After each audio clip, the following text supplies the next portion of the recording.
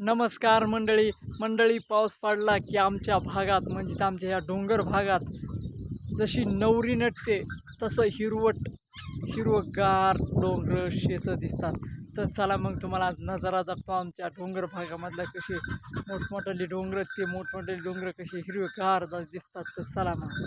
तर मंडळी हे बघा डोंगर कसा नवरी नटल्यावर हिरवागार झालाय. हे बघा अख्खं शिवार हिरवगार झालेलं आहे पावसाने. हे बघा ते डोंगर बघा आमच्या गावाच्या चारही बाजूनी डोंगरच बघा, जिथवर दिसते तिथवर डोंगरच. आणि हे बघा आपला मित्रांनो कोटा कसं काय वाटला. कोटा आपल्या शेतात डोंगराच्या कडीला एकदम निसर्गरम्य वातावरणमध्ये मित्रांनो.